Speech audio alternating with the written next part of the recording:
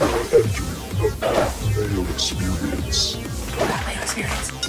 Mayo Experience. Mayo Experience.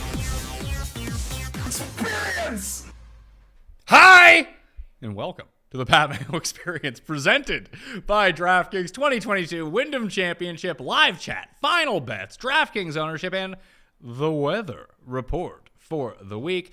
Thank you all for watching. Smash the like button to the episode while you're here. And if you missed Monday's show, shame on you. Go check that out with myself and Jeff Feinberg. The research show is out as well. And Tambo, we dropped the first Cussed Jeff NFL show of the year. It's time. It was completely off the rails 3 minutes in. Yeah.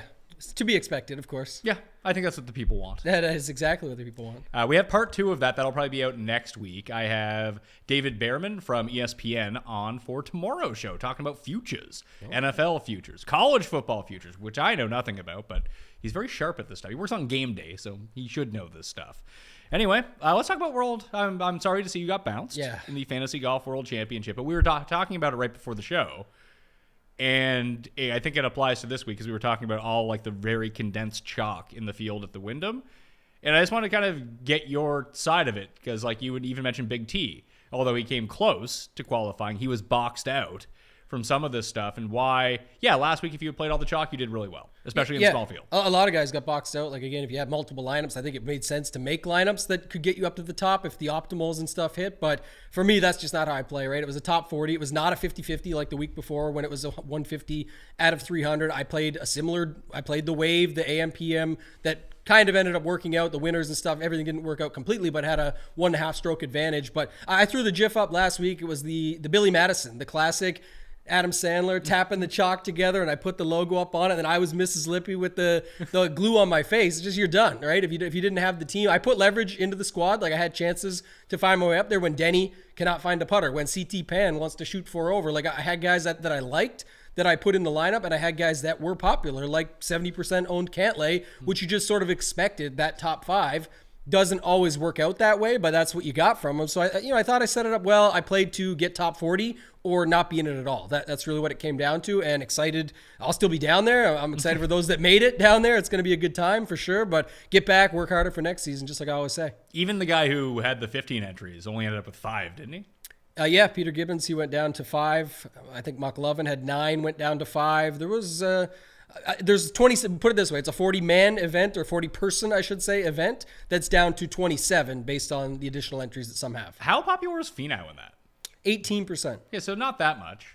Yeah, it wasn't that much at all. And then Cam Young was like, I think 20, but he ended up actually scoring as much exactly in DraftKings points as Cantlay did at 71%. So, like I said, in that, there was you had 30% owned Wyndham Clark, 30% owned, and they're 31, 32 each. But Rogers, that was like the common value pairing at the bottom, worked. And they both crushed. It worked. So once you did that, and then it was the Henley, Siwoo, Webb Simpson, that range sort of in there. Webb didn't completely pan out. We're going to obviously talk about him today, but that was the situation there. And then you had your Cam Davis and your 3 guys at the top. Basically any combination of that, and you were in. Yeah, the reason that I wanted to talk about this is when we were looking at the ownership projections for this week at the Wyndham, where everything is consolidated around the same 6-ish guys. At least that's how it appears at the moment, that you're going to play these guys, and you're probably going to min cash if they hit. If you don't play them, you're probably going to lose. But if they fail and you're on the other side of it, you actually have a chance to win. And I know it sucks not playing some of these guys that are probably really good plays, objectively.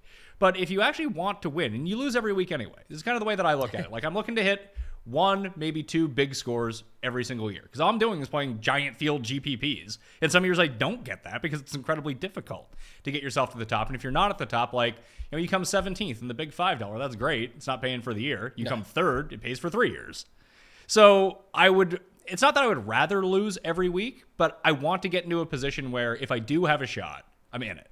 And I feel like this is one of those weeks where if you don't play the chalk might just crush here. Because the chalk does generally crush at tournaments like this, especially at the high end, and we'll get into that. Yeah. But you need to make your stances somewhere and just Play to win, which means you're probably going to lose. You're going to lose most weeks anyway, so that, like Yeah. you say, you should be playing to win, which is oftentimes fading the guys that you just, feel are the best play, and that's why they have the ownership. Of course they look good. We'll get to Siwoo later. Your boy, and we'll hear where you're at. I mean, he once sent you, I believe, a birthday wish that told you this was his favorite course. So, we could see that too, the Cameo Express from Mr. Siwoo Kim. But look, he does crush this course. It was his first win. It's just as near and dear to his heart as Webb, who has his daughter named after the course, as many have heard 50 million times this week. But I did not know it was daughter. I didn't know if it was son or daughter. I feel like Wyndham can go either way. I mean, Wyndham Clark is a man. it's true. Wyndham Clark. Wyndham Clark. Yeah, Wyndham. I fuck up this spelling so often, like when I'm writing it out. Yeah. For just whatever Do you forget the D? It's not that I forget the D. It's just I always have like the H in the wrong spot. Like when I'm typing, like I know how to spell it. Obviously, I've spelled it. Fuck, I've been writing golf columns for 13 years, and I know how to spell Wyndham. But like when you're typing it out, it's just a really awkward on the keyboard, like where all the letters fit. Oh, okay. It's one of the most awkward typing words there is. It's like the name Megan, where it's classically Megan, but then there's an E, an A, an H, and people spell it all differently, and you're always trying to get the right correct one. And that's kind of what it reminds me of here. I know a lot of people leave the D out, so interesting starting point. But yeah, it's going to be a crazy week. I'm with you on the chalk situation. We'll talk about it. There's couple ways you can get different, and there's a couple guys that are chalk that I'm going to play. Like it's not that I'm not playing the chalk guy. I'm only going to play the low own guys. Like that doesn't fucking work either. But you have to just not play like, or you said like get different with how you're going to do it, because below $7,700, just get different there and you're fine. Yeah, there's plenty of guys that are going to be 5 or 6% owned that you can just play 12, 15% of no problem, and just build your lineups differently or keep those keyed into them. But also just roster construction in general. We talk about it. Be a good segue when we do get to the top, but just in general around a lot of guys will just want to play like what worked last week. Last week you played one of those guys, let's say you got right on Finau and you pivoted off of Cantlay at lower ownership. So you played Finau. You played the two guys like Henley, Siwoo. You dropped down to Rogers and Clark, and you landed on Pendrith. There's an example of last week. Even Pendrith, by the way, was 28% in that tournament. Crush. So it's like you play that type of lineup, and it worked perfectly. The tendency is to go back there, but this week we got something a little bit different. We'll get there when we get to the 8K range, where the 8K range is just loaded. I put it this way with Kenny on the Fantasy Golf Degenerates podcast. I said there's a sales pitch for pretty much everybody in the 8K range, or a narrative, or whatever you want to call it, that you can put to it, and that causes ownership to explode in there and their rosters to be very balanced. Except for one guy who I really like, who I don't think anyone is using. Justin Rose? No, it's Bezadenhout. Oh, yeah. I actually like this story, too. We'll get to him. he is one that is lower, but I think you'll still see like 10%. 8%, yeah, 9%. 10%. Yeah. But like some of these guys are going to be 17, 18. Oh, for sure. I agree with you. Like if it's between Poston and Bezadenhout, just give me Bezadenhout. Yeah, Poston's playing better, obviously, but Bezadenhout. These if he's ever going to have a shot to win, it's these types of fields, these types of courses, I feel like. I think it's these types of fields. I think you nailed that point. What I think the general public thinks is Bezadenhout, the grinder, the 30th place guy, tougher field. He's like a mini Matty Fitz in a way. Sure. Where 47th in a major doesn't really do anything for you. Right, but what people are forgetting is, and this is the old Adam Scott thing, and why I liked Adam Scott here last year so much before he hurt my feelings with that missed 5-footer at the end, was when Bezadenhout's getting 35th and 40th in these majors, think of the strength of field is like 800, 900 that we're pushing. It has all the top players in the world. At the John Deere Classic just a few weeks ago, when JT Poston, the aforementioned Poston, won that tournament, who was in second? Bezadenhout, because it's more about the strength of field. He's better than a lot of these guys, but people see him as a grinder that only comes top 30 and 40th because he's playing in the tougher fields. My bets for the Wyndham Championship, I've only added one since Monday. I tried to keep it small. I went down with my losses for the season. It's not great. I heard that. Yeah, it's not fun. Okay. Yeah, it's not fun. The transparency is appreciated by many, I'm sure.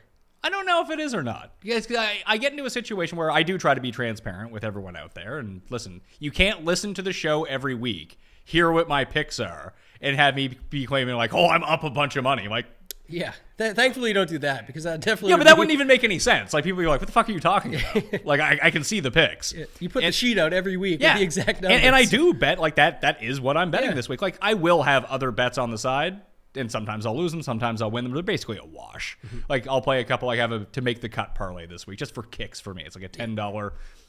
200 to 1 or it's something. A lottery like ticket of your your own like it's just like something to keep me interested throughout the week. Like, hey, if this hits, like whatever. It's just a way to lose more money, essentially. Exactly. But like one of them hits a year, you're like, okay, it's even. It's one of those things. It's like the head-to-head matchups. Like I play head-to-heads every week, but I always play like a 6-7 head-to-head parlay. I actually hit a big one in Memphis last year. It saved my entire year with it. Either way. I like it better than like the scratch. I like scratch tickets at the store sometimes. Yeah, just for this fun, is my version but of this is your that. version. You can put your educated guesses into it. So I get it totally. But the reason that I'm bummed that I'm down the amount of money that I'm down, but I didn't bet with any money I didn't have. Like, if this was me 8 years ago and I lost that amount of money, like, I might lose my apartment. Doing a little bit better now. Not that I can afford to lose that money, but I can. Yeah. Is the way that I look at it. I get like, what you're saying now. Like, that's fun money for me. Like, if that happened every single year, it would be a problem. But it doesn't happen every single year. So sometimes you just have a shit year. Yeah, just keep making more money. That's how you get ahead. Yeah, I got to do a few more shows. Earnings. I mean, you might hear an extra ad sponsor or two in the audio podcast. But now you know why. Yeah, now you know why, because Pat's down money on golf this year. Yeah. But, I mean, I see it a lot with... I mean, I've never been a full-time daily fantasy player. I play anywhere between like $300 and $1,000 a week. And it's usually more like 450, something like that. Like, just... I like to play because I like to make teams. I like to make picks. But I never... when I bet, I do expect to win, which is never a good thing. But like, I feel like I'm better at betting than I am at DraftKings. Mm-hmm. So I don't want to spend like $2,000. Like, in order to be competitive, I think, and if you're not just doing it for entertainment purposes, which I am, like, you need to be playing like $4,000 a week, $4,500 a week, like in those bigger stakes tournaments with a smaller amount of people in them. And that's actually how you can achieve your ROI if you're good. I would argue the other side a little bit is not about how much money you put in, but I do think contest selection is where you're trying to say there. Yes, that is. Here's the example. You're here to interpret for me. Yeah, someone comes in with $100, and what do right away? Oh, the $20 pays $250K up top. 5 lottery tickets. Well, you just went to the corner store and bought those scratch tickets we just talked about, and you're shit out of luck. That happens. You go on the other side though, and you look at it. There is $5 single entries. There is $12 single entries that have 1,000. Like, it's a much higher likelihood you at least have a shot in those. But then the second piece that they get wrong is then they play scared. I won't say the other word. They play scared in those, and it doesn't work out for them because they're like, oh, it didn't work out at all, but you played the shittiest lineup of all time in that tournament. So you need to sort of do both, right? You need to have good contest selection, play a little bit less scared. Scared money don't make money. People talk about this all the time, but that's an example where you could actually achieve a better ROI. But you said it off the top, Pat. People don't get excited about turning $12 into $250, even though that's incredible. And that's like they didn't even win it. They just turned 12 into $250. That's a huge week. And then when they do get that score, they go and put it in the next week. Now they're in the $100 single entry right away, or the $200 with $50K up top. They bust that week and they're back down to ground zero. I guess, you said it how I wanted to say it. When I said like the $4,000, the $4,500, $5,000, the reason that I use those figures is because once you get to that level, and those are the stakes that you're playing, there are no contests that are big. You're always playing in smaller tournaments at that point. Yeah, most of the people that have the 4,000 or 5,000 like myself or others to put in per week got that money from daily fantasy. So they had to learn the hard way, the school of hard knock, whatever you want to call it. They paid their tuition and dues, got that money that way, learned the hard lessons they need to be able to flip that $4,000. And it doesn't work. We lose just as much as the others, but it's we are deploying it likely in a better way, and then that's how you see us have success or the same results thereafter, because we're playing against other strong players, but we're playing in the way you need to play, taking on the risk. But to kind of harken back to the losses that come from it, like, that's my bankroll. Like, yeah, I have more to back it up. You've got more to deploy. I'm not betting this week.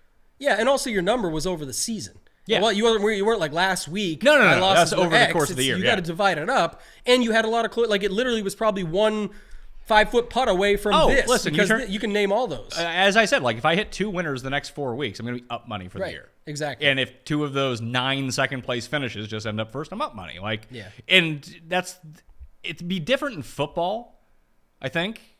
Because if you're down that much in football, it's like, oh shit, how do I get... The only way that you can get the money back is by chasing the money. Mm-hmm. And you don't have to do that in golf. If Svensson wins this week, I'm set. Yeah. You know what I mean? There you go, yeah.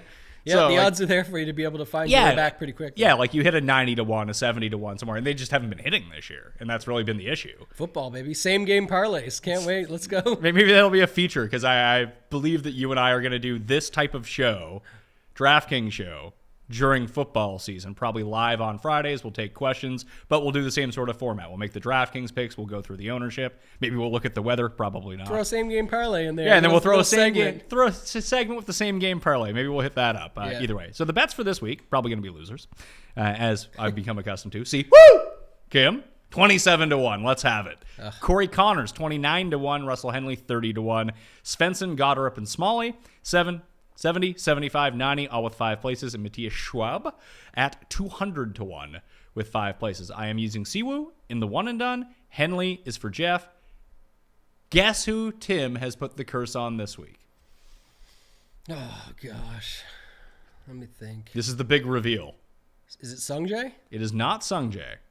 Who is it? It is. I want to see what his projected ownership is, too. Oh, he's pretty high. Horschel. Okay. So keep that. Although we had Cam Young last week. Cam Young worked out. Actually, yeah. He's still in last in the one and done. But there you go. Last week, Cam Young came through. Nah, not really. He needs a win. Yeah. Cust hasn't hit a winner in the one and done since Rory at the 2018 Players. Okay. But he's good with 10K and above picks, and Horschel's 10-3. Maybe that's the case. Maybe that works. And that's kind of what you harken back to, what we were talking about before the show, is that the chalk that's been hitting has been the expensive chalk in these tournaments. Well, and winning. Your betting card, it looks like you read some of the... You said you dropped the losing number. You watched some of the stuff. You heard some of the documentation out there. No long shots are winning. I just threw it up in the tidbits. It's been that way. I think PGA Splits 101 posted it out. It was like the last 11 winners or something. The highest odds were like JT Poston at 40 or something. Yeah. So that, I mean, your card says it, and for good reason. It's another course, like you said. So I've got a similar, like Harman 35, Denny 45, Riley 66. Like I'm trying to look in that range for guys that I think could come through and get a W, because it has not been a good season for the long shots. Well, the funny thing is, and the Poston one notwithstanding, really, it's that if a top 20 player has been in the field of any of these events, that one of the top 20 players, like in the world rankings, wins that event. Poston won, but there were no top 20 players in the field that week. Yeah. That is crazy. It's wild how it goes, right? People, I saw a lot of like, why are we still betting long shots? Well, a lot of long shots were right in the mix or had their opportunity. We get each ways, so it's a little bit different in that sense too.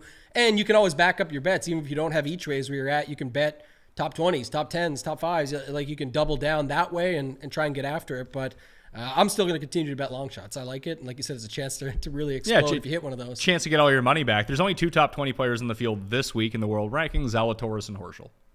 Oh, one's cursed. One's cursed, so Willie Z is your winner. One is due to win. I'm telling you, I joked about it on Monday, but this is just what it's. I'm predicting it's this week or next week, and I've been off him all season. I've talked shit about him plenty. I just feel like it's one of these 2 weeks because, and everyone will say next week's better, of course. And I even wrote that up in Golf Digest this week, that I think that Zalatoris is a better bet to win, just a better wager next week. Because his odds aren't going to be. He probably is, and the number should be better. The number will be better. It's one of the hardest strength of fields. I don't care about strength of field with him, honestly.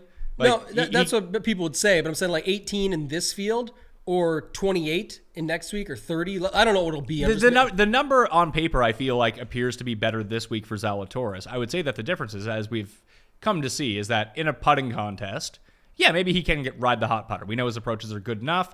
But at a course like this, where you can get, who's a random name that I can kind of chuck out here? There's lots.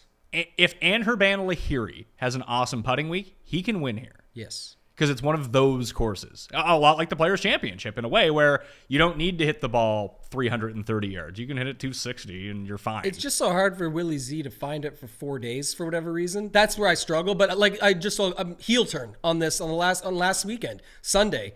He went 7 under, gained a stroke and a half with the putter, showed us it's what we know he can do. And can he do it for 4 days or 3 of if he does that for 3 of the 4 days, Willie Z ships this tournament. Yeah.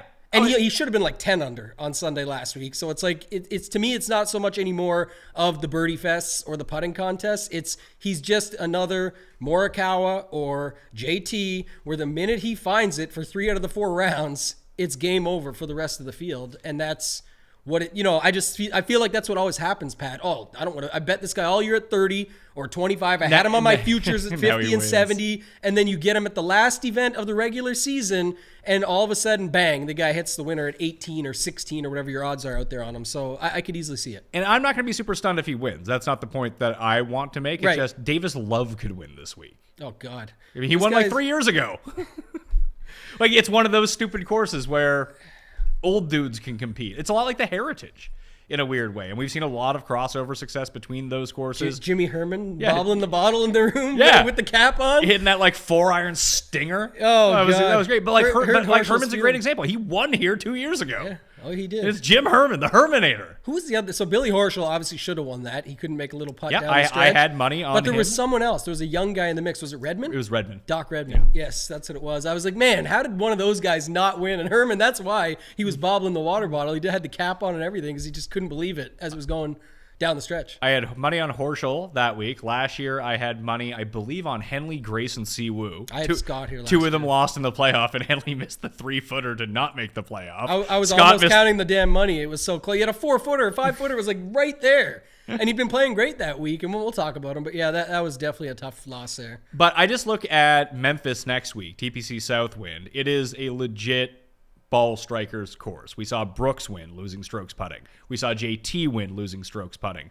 Last year, Hideki lost strokes putting and lost in the playoff because Answer made that bomb on the playoff hole, the three-man playoff. Now, those guys putted well for the week. Yeah. But this is one of the very few tournaments every single year where if your tee to green game is good enough, like you have your like good tee to green week, you don't need to putt, really. You just can't be a disaster putting. But you can be like very neutral, slightly below, slightly above. This is Southwind doesn't take an 8 strokes game putting performance in order to win. It could take a 0.5 and you're good enough if the ball striking is there. And that's just not really the case for most courses. So that's why I like Zalatoris next week. Although Zalatoris gained 4 strokes putting at Southwind last year. So there we go. First round leader bet. He carries over the putting from last week and then at least gets off to a good start here. He goes out early in the morning. Let's see if that works. Zalatoris 33-1. Okay. That's where we get him at, Pat. That's what we do. I got another first round leader for you too. Is Keith Mitchell. Keith Mitchell on Bermuda. People liked him at the Open. He didn't really come through there for him, but I think he's another interesting. Him and Hubbard both. Like I don't know. I haven't put them all in yet, but those are some of the guys I'm looking at here. And Zalatoris just makes sense off everything you just said. If he just carries over that putter from last week, gets the hot start here, maybe it's enough confidence to go the whole week, but I did see, by the way, a boost, 125-1. Zalatoris first round leader and win. Put a $10 sprinkle on that and then put the rest like heavily on the 33-1. There's your bet. Weather for the week, we got nothing really. Yeah. Doesn't seem to be any. It seems to be exactly the same in the AM and PM. There's a bit of rain overnight, at least projected, between Thursday and Friday, but not enough to make a difference, it seems. It's not going to be delayed. No real wind. Earlier in the week, I was worried a little bit about that. Like, would we see a potential delay, thunderstorms, things like that you can see here where it could push something? I currently don't see that looking at the super forecast on Windfinder. And then also the water that's going to come down, that doesn't look like enough. The rain, I should say, that's going to come down to get it a little bit wet out there in the mornings for them. It looks like it could balance out. Again, we'll see. Do a premium show on Run Pure where we'll talk about it further later in the day if we see something pop up. But I personally don't see anything to worry about right now. And it's another gettable course, just like we saw last week. Even though the advantage existed on paper, definitely came through. I'm not denying the edge that it was. I'm saying, you can still find guys that come through and score in the other wave. So it's not something where I'm going to go crazy with it here. No, I don't see any. I mean, you could do it to do it. I like it anyway. And you might luck into it. Well, we could talk for just 2 seconds on that because there's not much weather to talk about. But just for the roster construction factor of weeks like this, when I say there's a lot of chalk, one of the ways just to differentiate yourself where you literally can't play that chalk is if you commit to a weather stack. You can still play the chalk in a weather. But it's not a weather stack. It's a wave stack. It's a wave stack, and it lines you up with different people than the chalk is normally on. You naturally have to skip guys, so it's just a way to get different and do that. I have no problem, and this is definitely a course that I actually like that for, just because there is a chance for pop-ups or anything like that could come along the way. So I'm happy to do it here for sure. You are out of pocket next week. What day are you leaving? Wednesday? I'm traveling on Wednesday. That's why. You're traveling on Wednesday? Yeah. The flights from here suck, so it's like another 3-stopper, and so I'm leaving early on Wednesday morning, arrive later in the day, and then I'll go to the course Thursday morning. You want to do Tuesday night next week, or are you busy? Probably won't work with just setting it up, family night, things like that. Fair enough. Yeah, you are going away for about. Yeah. So I'll I would commit to it, but like I said, definitely excited about the NFL show, and then anything you want to do down the stretch, we're good. We're good. I don't want to do much golf down the stretch. Paul, question. I don't want to put Tambo on the spot, but like he could like late night when the kids are in bed. Hop on. That would be more likely than coming over. He doesn't have here. to come down to the office. Yeah, I can do it from home. He can do it from home.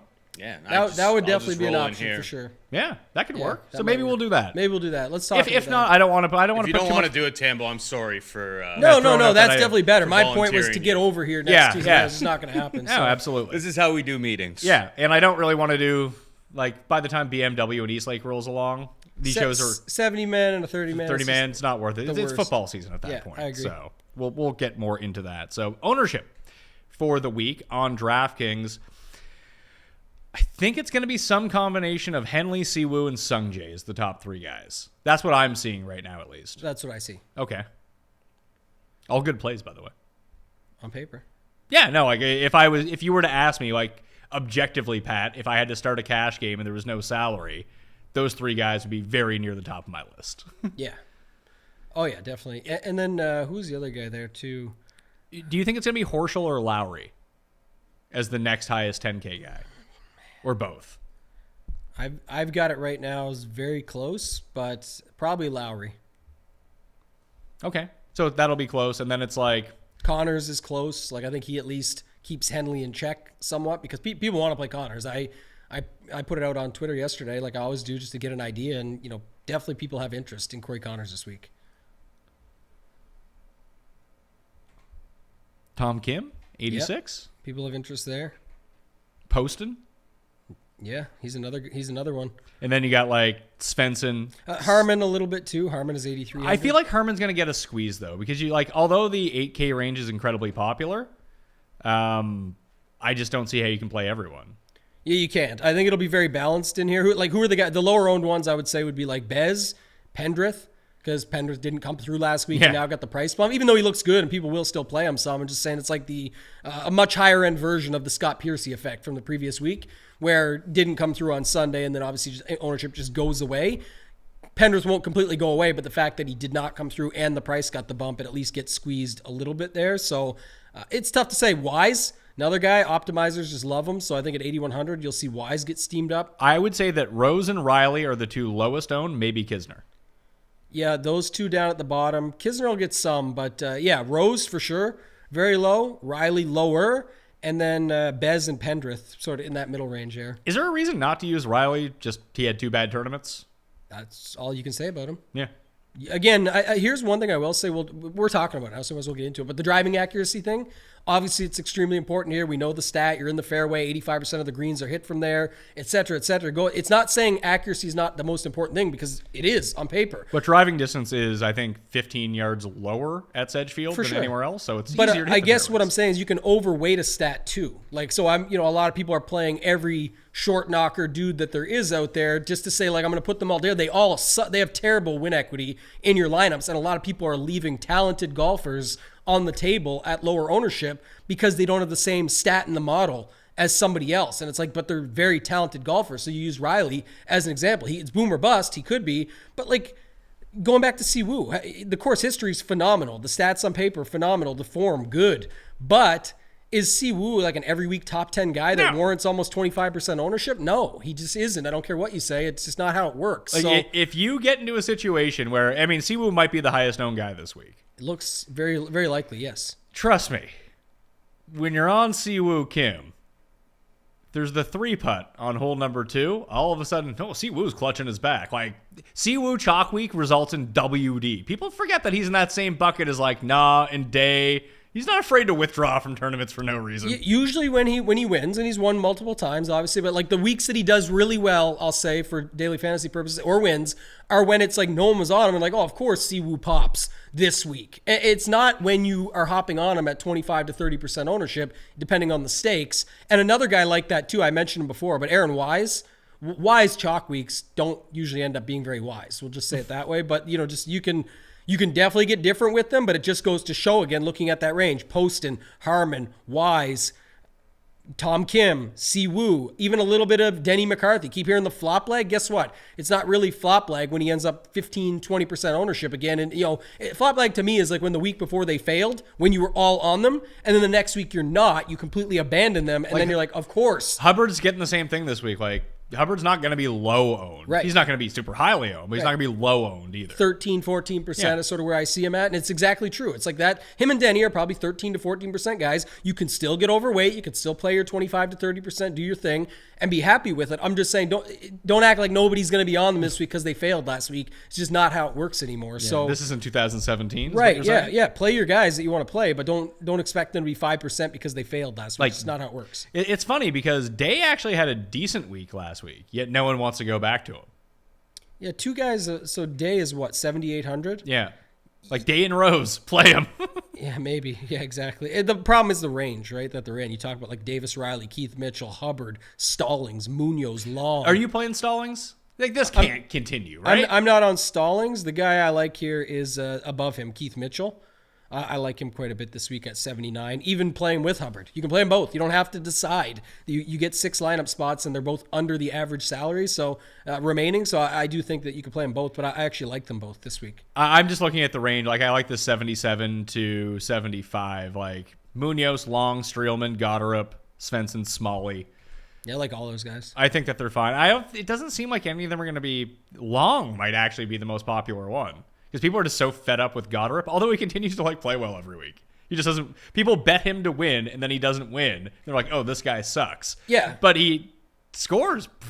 He always outscores his finishing position on DraftKings. Yeah, you need a made cut from him, and then he's going to come through as a DK value for you potentially. Again, you got to think about what the guys around him do, and there is guys there that I like better. But he is an example that I gave earlier of a talented golfer that everyone loved, and all of a sudden they're like, didn't work for me a couple times. He's the guy that could come through, and we saw it plenty this season. I think the best example I could give would be Hilton Head, RBC Heritage. No one wanted to play Cam Davis. No one wanted to play Cam Young.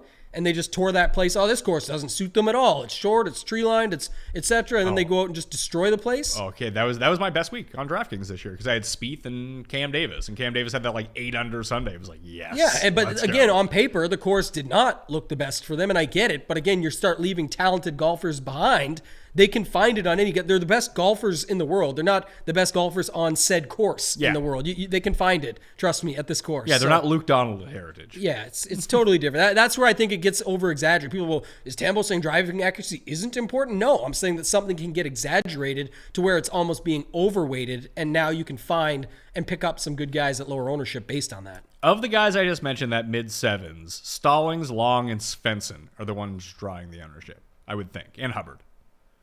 I feel, again, could be wrong. I feel like Munoz will get more ownership than Long, even though it'll be close. I'm just saying. I like Long better. I do too. But maybe they'll be equivalent. Yeah, but I don't think it's going to be prohibitive. Neither have great history. They both rate out okay, but then it comes down to where does Adam Long have good history? It's like either he's playing well or he is missing 20 cuts. Exactly that. Yeah, he's the what did Kenny call him? The white Siwoo Kim. It's like boom or bust. So there's example when you go down from 86, 8,800 for Siwoo to 70, save $1,100. Find a boom bust guy that could find his way around here. It's fine because I wouldn't really qualify him that way. Yeah, he has the one win that was years ago now, beating Hadwin and Phil in the playoff at Amex. But I keep using him as my head-to-head play in my Golf Digest column because he comes like T22 every week. Like if he makes the cut, he finishes inside the top 25. But he never finishes inside the top 10. At 7,700, that's great. That's good value. Yeah. And like I said, if you could outscore it a little bit on a course like this where you will find some points out there, I think he's definitely interesting at 7,700. Champ is actually playing well. He's putting, he's hitting his irons, he's driving, and he is the antithesis of the player that you talked about. But he's a good player. He's won 3 times, twice on the PGA Tour? 3 times. 3. Why not? Because I hate him. Okay. Yeah, I just can't stand the guy. And 2 weeks in a row now makes the cut on the number from and then scores for you. Dominates over the weekend. Yeah, just don't like him. Good for him. He's gonna be legit 1-2%. Yeah, I've got 3% on him. And I feel like if he makes the cut, which is always a big ask from Cameron Champ, that he smashes the value there. I just want time to be up for him so bad that I'm trying just to will it into existence. I don't know. Again, when you've got Munoz, Long, Streelman, Svensson, even Smalley, the home course narrative. I don't love him, but just, but no one is latching onto that because he failed last week. Right. So you're getting a little bit of a discount based on that. You've got Ches Reavie just won a couple weeks ago. I feel like that's good enough for Ches. It probably is, but at 7,400, again, you can get away with a lot of that. JJ Spawn playing incredible right now. Win on the season. Another guy that I think has actual upside and can score well on this course is him. Aaron Rye fits that mold. Aaron Wright does actually fit that mold quite well. All these guys, that's where I'm going to concentrate to because the 6K range, and we didn't get there, but it is very lackluster this week. And I'll be using it some. I've got some stands I'll take, but using it to push up the lineup construction to double stud or something where I'm just forced to leave that 8K range behind. That's what you would hit on, and we kind of buried the lead on, is that if you go double stud, so if you go Zalatoris, Lowry, Horschel, Sungjae, whatever, two of those 10K guys, even if they're chalk, your lineup will not be chalk. Correct.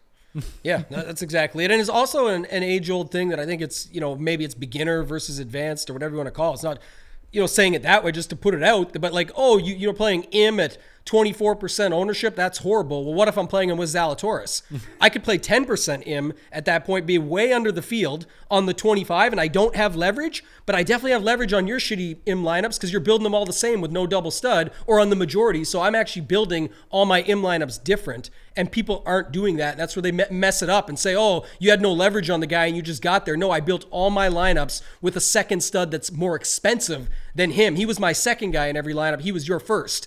The 24 of the 25%, 90% of them are probably playing IM and then dropping down. If I go Zalatoris IM and have 10%, I'm underweight, but I also played him better than you in a way that could be better than you, at least for the week. Yeah, and different than you. Different than you with more leverage because it essentially becomes a 3v3 Right. or even a 2v2 with Sungjae. So it's you both have Sungjae, and then it's probably, Siwoo and Poston.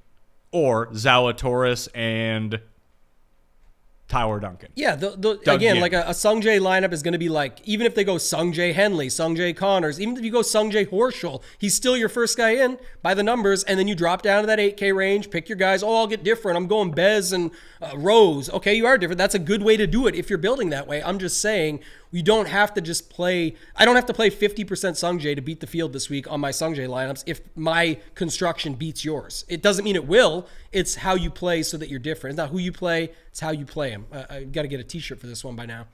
When we launch the Mayo Media Store, which we'll never do, Right. then people always ask me for merch. Like, who the fuck would want to buy merch? I would never wear merch that I put out.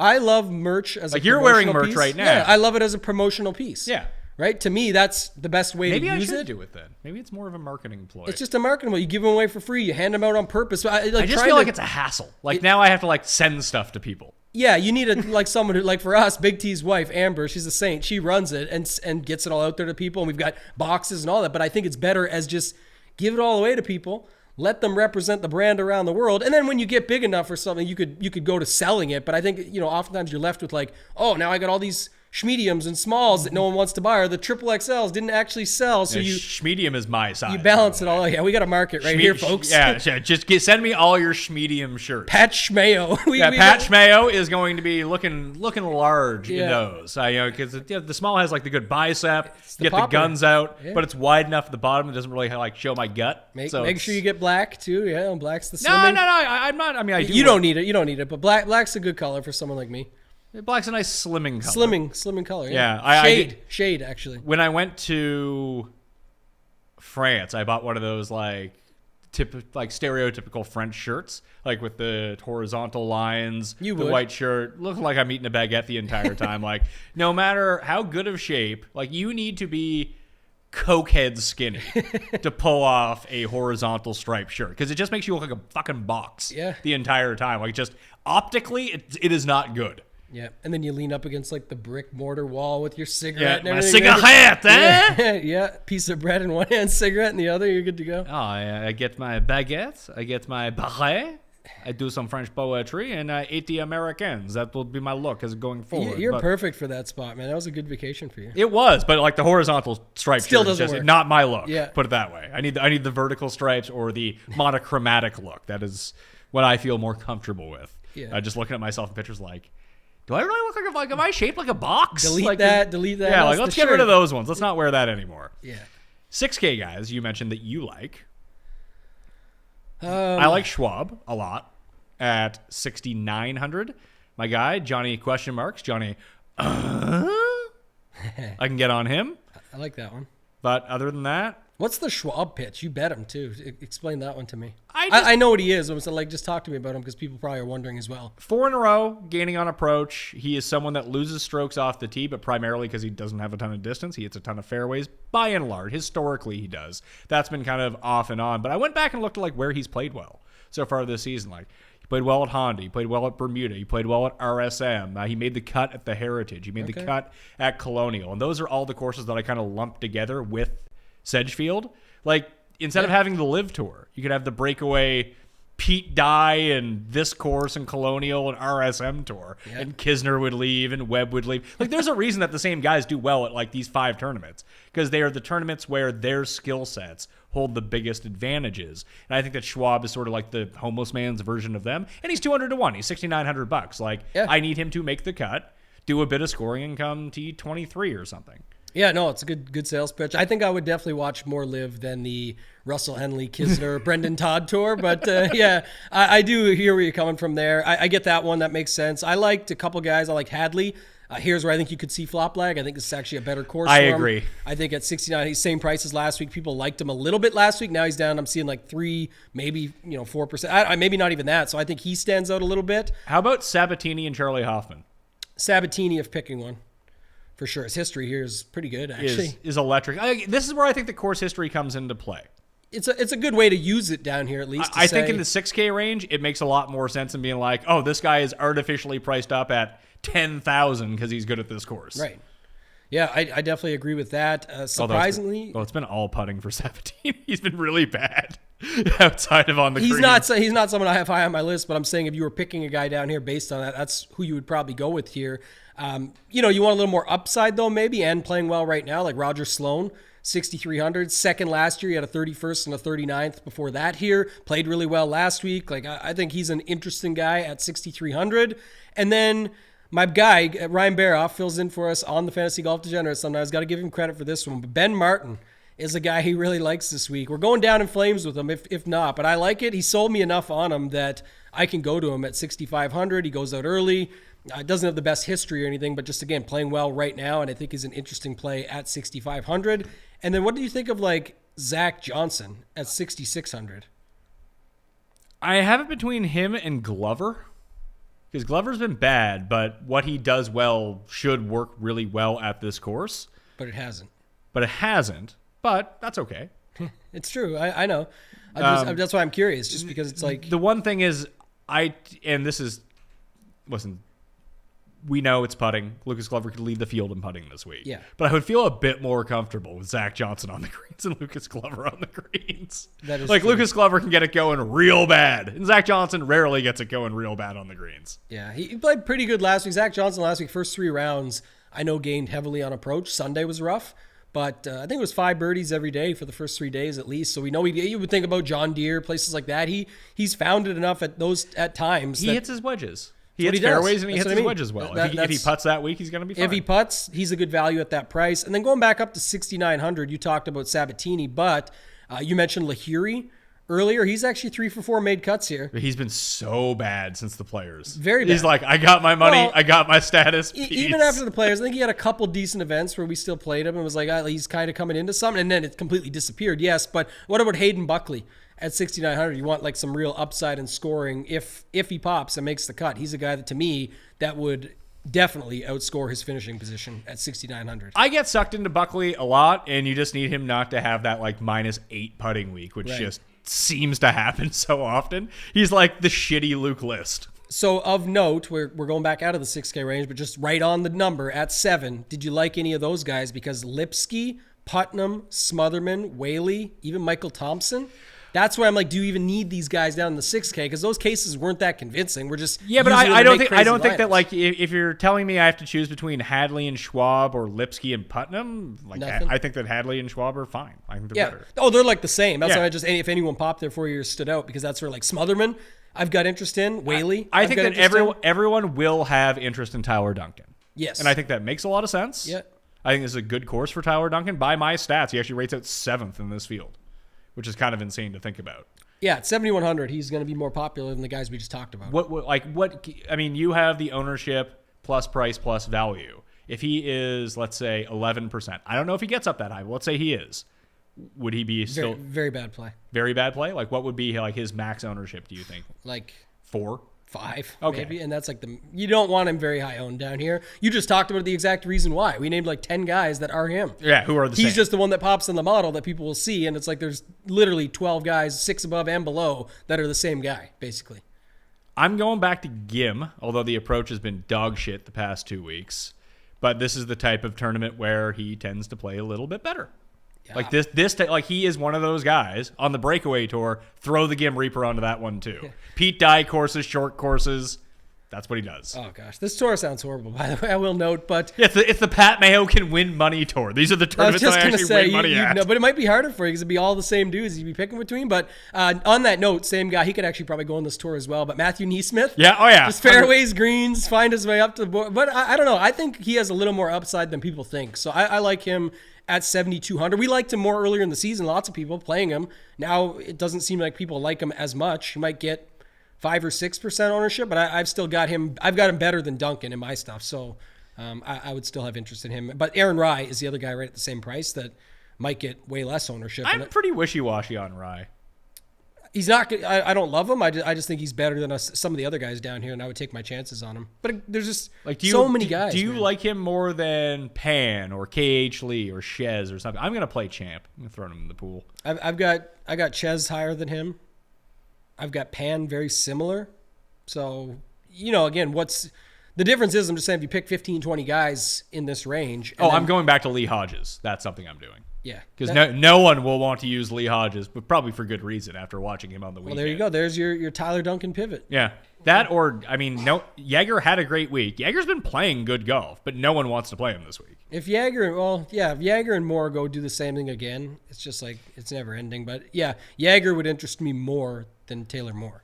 Say it that way. Jaeger didn't play any differently than he has been playing last week, except he didn't lose 5 strokes putting. He gained 5 strokes putting. That was the difference. Yeah, Jaeger's just actually really good. Yeah, People don't like know. his off the he was tee is he was good. the number one guy coming off the Korn Ferry Tour. Like he was the locked in number one seed. You know what? I'm chucking him in. I think he's no more than 5% out. And he put up. Do you remember I think he put up a 59, and then Furyk put up a 58 the same day.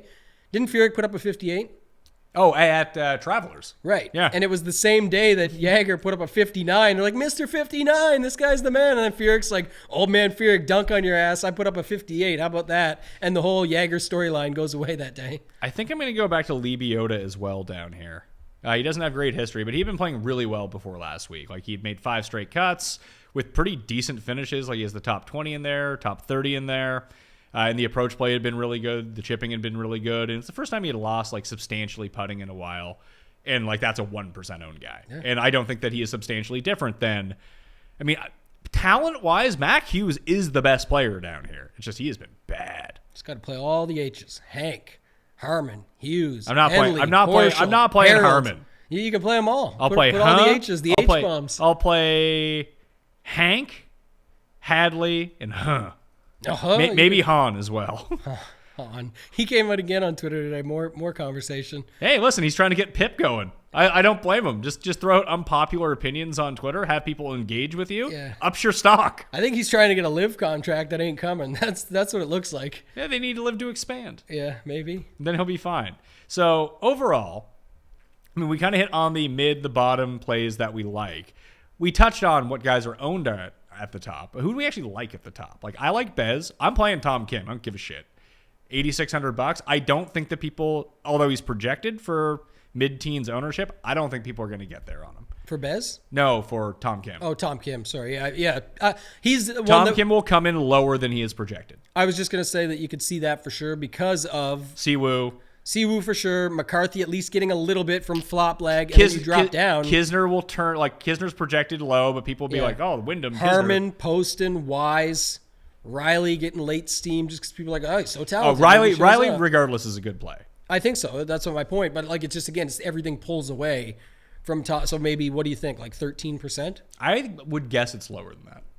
Like that'd be nice. I mean, if you can put him at 13, he definitely looks better for sure. And I think that, the dude hits like every fairway.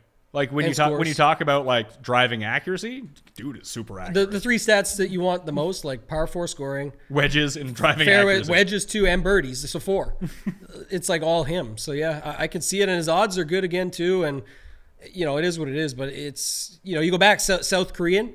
First time getting his win, age 21, was Siwoo Kim. How old's Tom Kim? 20. Coming up, getting his first win. Maybe this is the spot. I think Sungjae got his first win I would say that Honda is a pretty decent comp for this as well. I think he was 22 when he got his win? Yeah. And Tom Kim's maybe better than both. It's hard to say.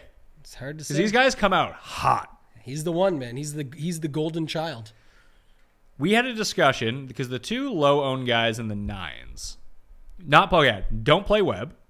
That was one of your pieces of advice to me. I think Webb is the rake for sure. Because why I say that is like the common conversation you're hearing this week, especially as we get later in the week. Oh, Webb's only going to be 8 to 10%. Let me grab him. Let me get on him. Now, why? If you think he sucks, and that's why he's not getting to 30, and you're just jumping on for ownership on almost an 11K Webb because of course history, because he always shows up here. First off, a lot of those times, a couple of them at least recently, he was actually coming in pretty good form.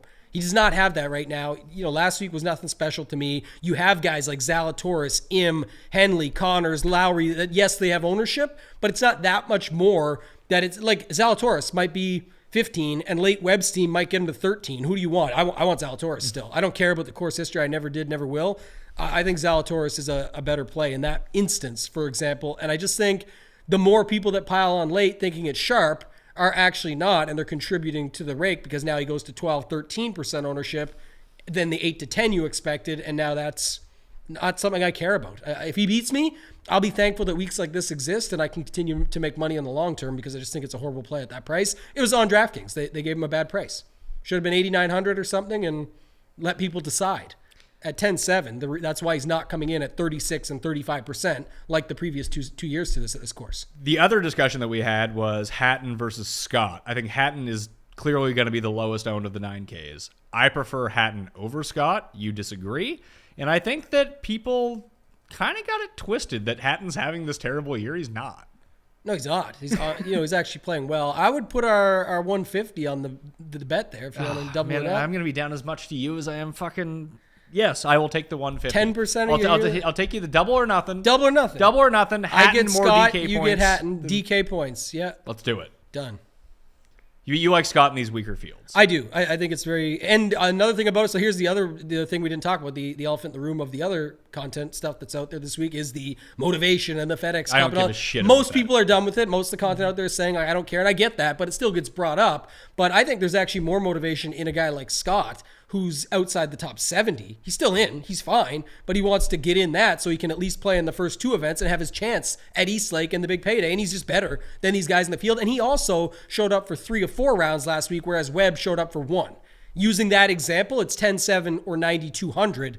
I play Scott as if he's Webb. I'll build a lineup with Webb and drop Webb to Scott happily and just leave the money on the table. So of the 10K guys, Lowry and Im? I mean, you like Zalatoris and Im as a pair together, but like Lowry and Im... I mean, Lowry, like Hatton, I talked about that like break-off tour with the Henleys and the Webbs and those guys.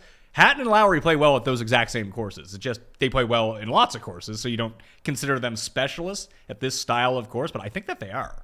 I agree, and I'm actually going to play 4 of the 5. I'm just not playing Really? Webb. But I'm playing more Stars and Scrubs. I talked about this already. Yeah. I'm going to mix them. I'm going to play them. So you're not going to have... I mean, you like Varner as a pivot I like Varner. down there, but like you're not... Like, I'm going to get to Connors, Hatton...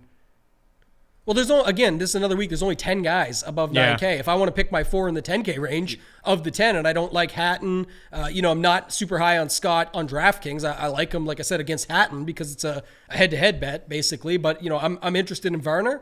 I'm interested in, Connors. The ownership might be too much. We'll see where I go there. But for sure, the 4 guys up top and Varner are where I have interest. Henley, of course, makes sense on paper, but he's picking up steam. But probably play 5 or 6 of these guys. I'm going to focus on that. We've seen it, Pat, at the RBC Canadian Open. We saw it last week. What was it?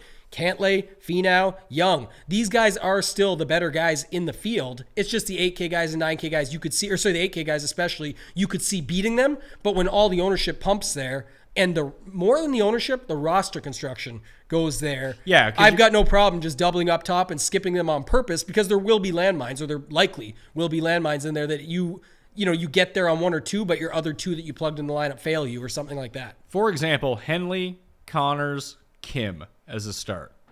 Well, we leave you with 72. That's not great. Maybe you go Henley, Kim, Poston, or Harmon, something like that. That still gives you 77 left, and then you can basically pick off whatever you want to do down here. Oh, I like Stallings. He's been good. Oh, I like Adam Long. He's trending upwards right now. Johnny Vegas pulled out, by the way. He did. Yes. And then you still have 77 left. It's like, oh, fuck, Streelman, Munoz, Goddard, one of those guys. It's all the same. Balanced is going to be very prevalent this week, and the main point is, like, it's so funny, but we just talked at the top of the show, joking or not, about all these favorites winning. And now people are like, I don't want to play favorites. All these favorites are winning, but let's fade the top. Let's just play Sungjae and Lowry or Horschel. Let's skip off the rest and jump down to these balance builds with Henley, Connors, 8K guys for days. And it looks so good on paper. It does. But does it pay any paper at the end of the week? We'll have to wait and see. For me, not so much. Do I want to go Lowry, Sungjae, Lowry, Horschel, or Lowry, Henley? I think that's the decision I need to make. And I'm not playing enough lineups where I am going to be able to play 4 of those guys. I'll skip Zalatoris. I'll skip Webb. I'm fine with that. Those guys beat me, they beat me, whatever. Lowry, I like the best of the 10K guys. I mean, before he was cursed, I liked Horschel, but... I like Zal M, Lowry M, the best. Going right up to the top, and like I said, being M my second guy. We're confident in Sungjae? I'm not, again, if he's my second guy, though, maybe he's the... So, for example, usually you'd say here, M in the Zalatoris M lineup. Usually I'd say M is my winner, and Zalatoris is my guy that comes second, jokingly. But you could definitely see this flip here, where Zalatoris ends up, like I said, getting his first W, and M comes in 8th, but really scores well, or something like that along the way. So I've got no problem with it, and I think, again, it just makes your lineups unique and different. So I think I go Lowry, M, build lineups with both of them, and then use them as my starting point in a bunch, because then I'll have Connors and Hatton in the next level down. Henley's a really tough one for me, because obviously I bet on Henley to win. It's just like Siwoo. I bet on Siwoo to win. Do I want to get into a situation where I'm playing 25% Henley, 25% Siwoo, and it's like, I mean, I'll just play Tom Kim at 13% instead. That's for sure a thing. One thing I'll say about Henley, and because I think he's a great play, cash game, something like that, I understand. Like, he's a very, very likely top 20. It's does he come through with the rest, and then what do those do around him that mean if that's value or not? What was the opportunity cost of using Henley versus Connors or Horschel, Im, Scott, or Varner or Hatton? That's what you got to. That's what you have to think about when you're building your lineups. Like, I'm looking to pack win equity in with it. So if you go with Henley, you really want to make sure you got guys you think you can win, not Henley. I don't know. Again, others will think these guys can win, but if you're just going to put Streelman, Harmon, Todd because they hit a bunch of fairways, I just don't see massive upside in those guys. I see made cuts. But even if we get a lower 6-6 this week, which I would expect, because we're going back to that situation where you probably see that, probably don't have back-to-back massive chalk weeks, I still see it that there's going to be guys staring at like a 6-6 with all these fairway finders that they're sitting there like, well, where are my points at? And that's the problem.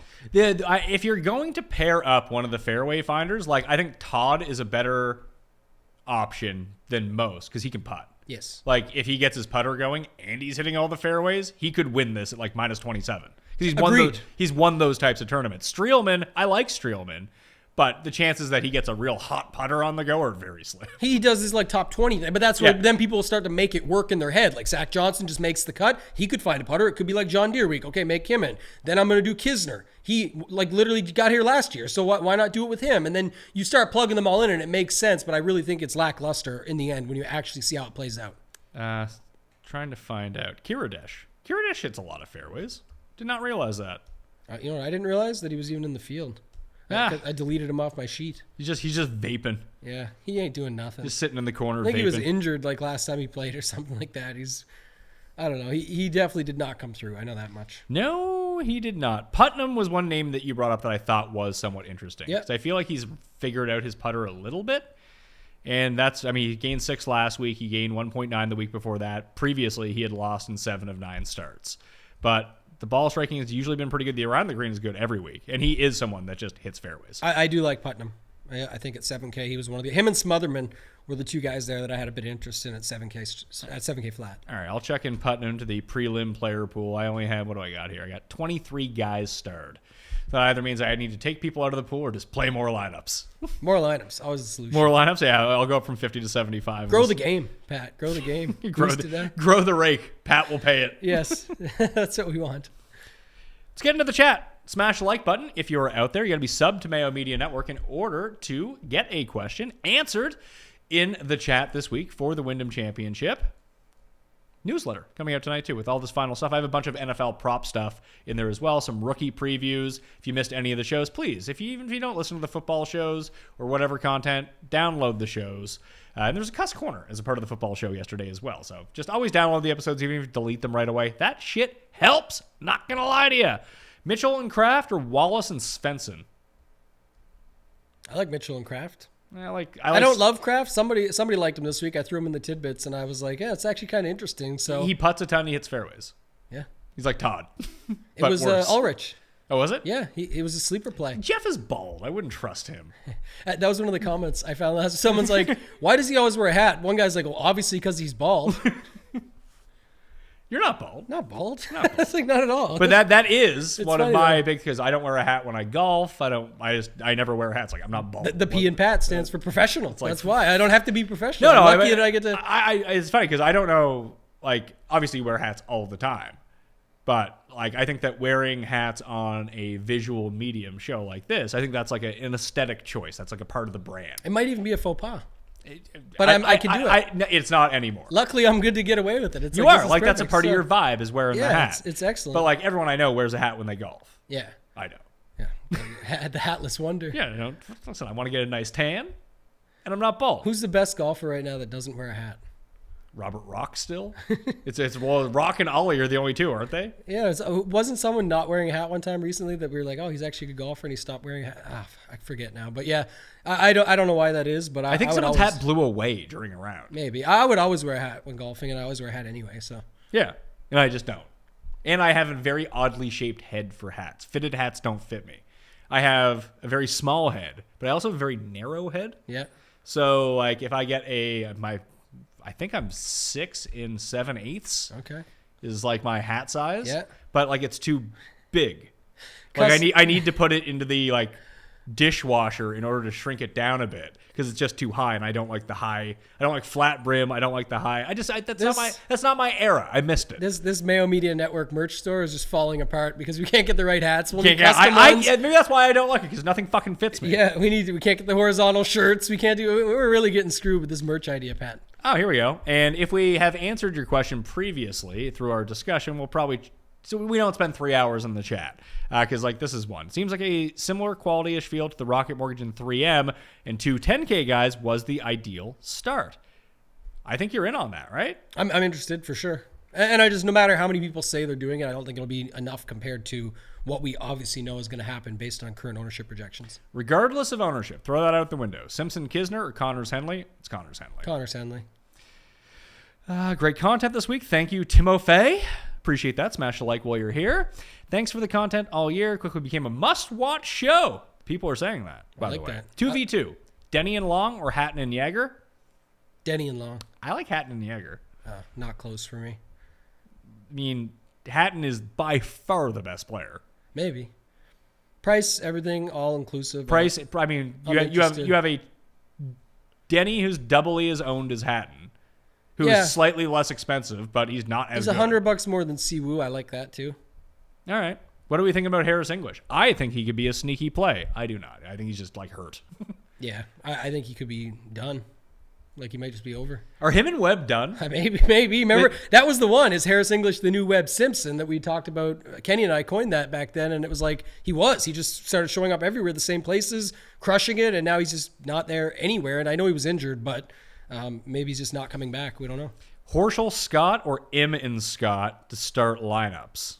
I like Im and Scott better. Yeah, I like him and Scott better too. Scott and Adam Long or Brian Harmon and Tom Kim? If you haven't given the button a tap yet, that like button, give your head a shake, pals. Thank you for saying it, Brent. Brent the Tent. He knows what's going on. I like the second one with Harmon and Kim, but I like Bez and Kim, not Harmon and Kim. Yeah, I like Or Harmon. Riley and Kim. I like the Harmon version. You really?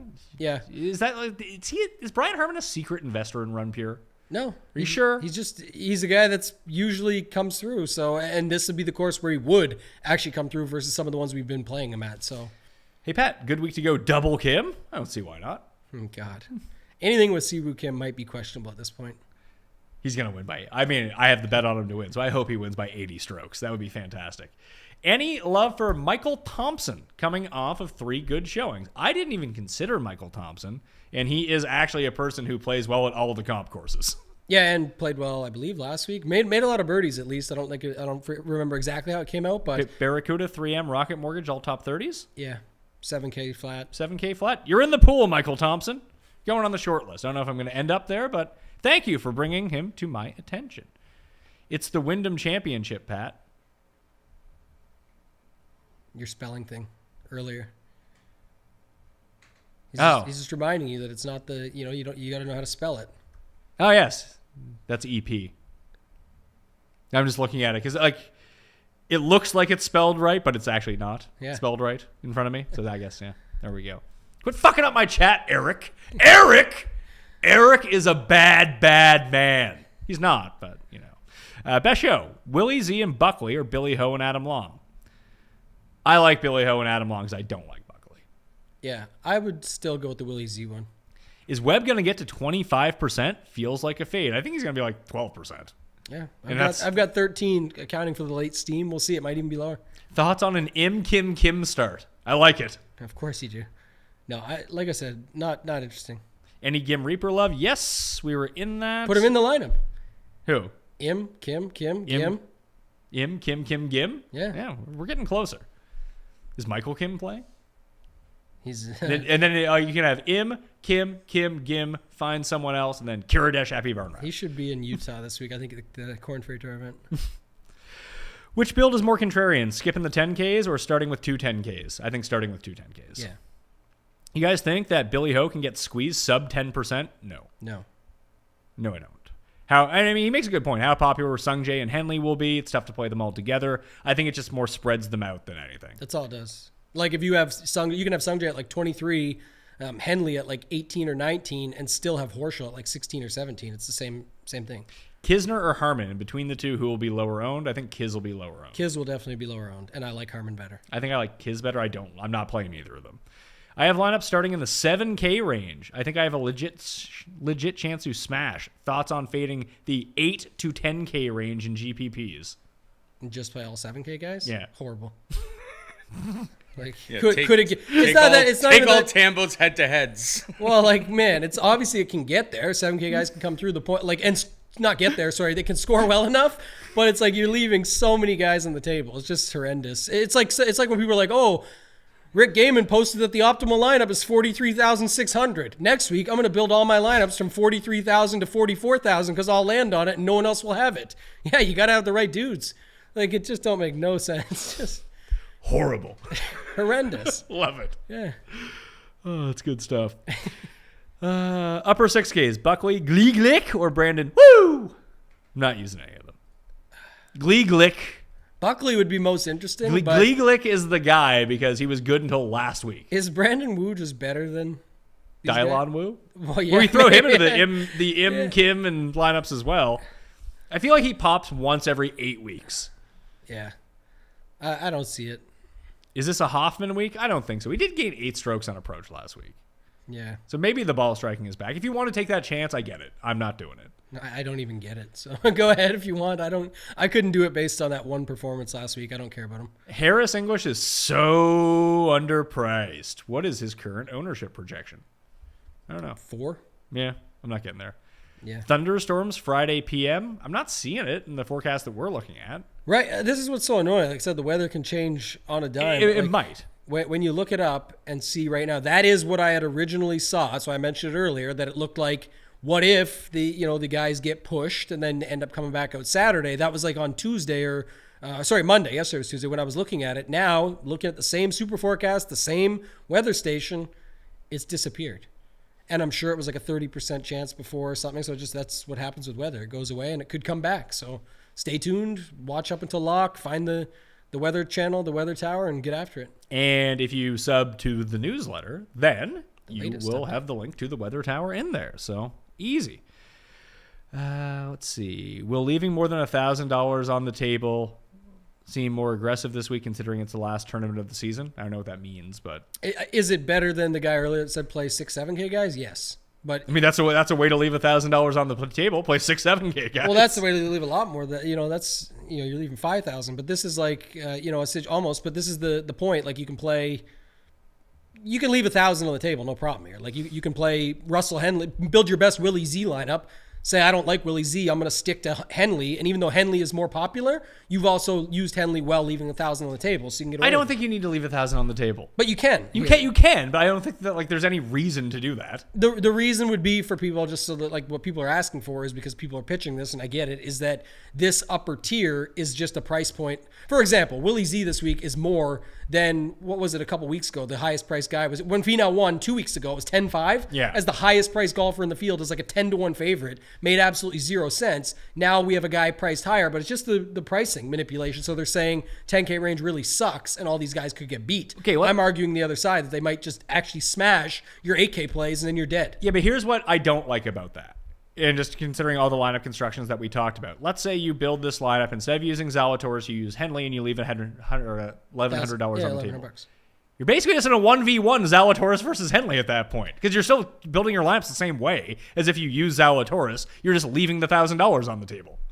Well, yeah, but the idea is like if you went Zalatoris Im and built your lineup out, you're on a different construction than the rest of the field. Yes. So now you take that same lineup, drop Zalatoris to Henley, and you're on a Sungjae Henley lineup, Which is going to be pretty common. but it's not the same. You can't build it the same way as someone doing a Sungjae. No, Henley but you'll lineup probably because have 4 of the same 6 guys. It's just your bottom guy is going to be like 6,300. little different. If you build Zalatoris Im right now, you will get no 8K guys in there or 1 at max, depending on how you want to play your lineup. For the most part, you'll get no 8K guys. Most people building a Henley lineup with Im will have 8K guys in it. So that's what I'm saying, why it's different and why leaving 1,000. But again, this is advanced that people aren't doing that. So it's like that's where you can get different and use a chalkier guy in Henley than Zalatoris, but leaving the money puts you on the different roster construction saying he's the same guy as Zal. Sure. Just an example. I just feel like if you did those builds, the Zalatoris Im or the Im and Henley, that you're going to end up on relatively, because everyone's going to try to like get to who's my next best guy. And then your next best guy is going to be whoever the chalky guy is in the mid-7s. Yeah, you're just missing the point of the 8K range. Yeah. The Zal Im build to Sure, no, start I get cannot have that part 8K of it. guys. But the Im Henley lineups can have them. Can they? Yes. Im, You can Henley, at least get 1 in there. you can get 1. Like you're still only 7,400 per player for 4 players with Im and Henley. Yeah. You could go further down. It's just that's sort of the same point you always make. Like you can do it. You could do it Zal Horschel lineups, or sorry, Zal Henley lineups, and then drop your Henley down to somebody else like a Varner, and just say Varner beats Henley. Again, you could still get unique constructions that leave the money in the difference. Higher owned and one and done. Webb or Denny? Probably Webb. Webb or Day? Denny. Oh, Denny? Probably still Webb. Yeah. If anything, that's like a hedge spot for people. They'll just go to the classic course history guys. So I think you could see that there. I know all the guys under 6,200 are pretty bad, but anyone worth taking a shot on? Ugh. I don't see it. I'm sure one or two. Duffner is horrible right now, but he is 7-8 made cuts here. And some of the results are like 14th, 7th, 22nd, 24th in his last 7 outings. So I'm not going there, but Kenny liked him. So if you want to go there, you could go down to him. Pat, you used to be the king of first-round leader in long shots. Go back to your format before. I mean, I'd lose even more money that way. Like that's not been sprinkling. You've still been sprinkling. I sprinkle 1 or 2, but like that's just more for fun. Like Yeah. I'm not playing like 6 first-round leaders every single week anymore. They're not hitting. Yeah, And like the long shots aren't hitting. it's really tough. I used to not play round 1 showdown because I would just bet first round leaders. And Right. I still prefer it, to be honest, because usually the edge that everyone has is perceived. Anyone playing round 1 showdown is playing whatever the perceived edge is. So you got to get more unique in that. It's just more lineups to build. Samuel Campana has asked like 8 questions, guy. You need to fucking calm down. What's his like best one? just pick your best 2 and go with those. Like, is this a McCarthy week? Like, it's not a fucking question. It's not. It's really not. Yeah. Could be anybody's week. That's the motivation thing that I always laugh about. Like, oh, this guy's motivated. No, everyone is motivated, and that's why they're here. One and done, I'm in first. Should I start Zalatoris or Lowry for all the monies? I'd go with Lowry. I think Lowry's a safer bet to come 6th, which is all you need if you're in first. Yeah. Probably Lowry still for me, too. I just have a feeling about Zal, so. Nick Taylor worth a shot? Interesting course history here. He does, and he's a boomer bust type player. If you want to take the shot, sure. I don't see any reason why it would come through. Hasn't shown anything Yeah. lately, but it is 3 or 4 made cuts with an 8th and a 10th. Yeah, so. and I mean, he has good course history. He's a guy who's won twice on the PGA Tour, both at shorter courses. Yeah. It makes sense. Like, it logically makes a lot of sense. I just don't like where it's going right now. Yeah, agreed. Why is Pat doing a Russian accent? You need to get your ears checked, pal. It is clearly the French accent. Maybe you're not familiar with the French. I am. Is Paul Barjan in the field? Paul Barjan, he's not in the field, is he? I don't think so. Haven't been able to fit into that since elementary school. Oh, it's a tough scene for your gut, pal. Fit into what? Schmedium, I guess. Oh, Schmedium? Maybe lose the moobs, and you'll be fine. You can fit right into it. Taylor Moore, Tyler Duncan, or K.H. Lee? Lee? I was gonna say Lee intrigues me more than Taylor Moore. I keep saying that, but like going back to him, I have a tough time doing it. I know he just looked great last week, but I can find other guys in that range. It's like Taryn. Obviously, Taryn's been playing incredible on a tear, if you will, but I just see other guys there that I could go to instead. So all right, so that answers the next Gage League question. Does Aaron Rye make the cut? Sure, I think so. Yeah. Question for the Q&A: can we fire up Lipsky or Smotherman this week? You like Smotherman and Lipsky, it sounds like. Yeah, that 7K even 7K flat range. I like Putnam and Smotherman more, but David Lipsky is interesting there too. So those three. I like this one. Who do you like for top Englishman? Harris English or Harry Iggs? That's a good question. Harry Iggs, because he's British. I prefer still Harris English. Matt Wallace and JJ Spawn. Any love for those guys? Spawn. Not for me. For me, Spawn. Lowry doesn't have his golf clubs. Well, I mean, that's going to be a tough scene for Lowry. Who cares? You didn't Hav not have his golf clubs at the Open Championship? Yeah, but like, these guys are pros. They'll get them some clubs. Any interest in Vince Whaley? Not a question. Please don't ban me. Whoa, that's tough because it's not a question. And you know what that means. You, sir, are banned for life. Peace. How about Taylor Moore? I mean, no.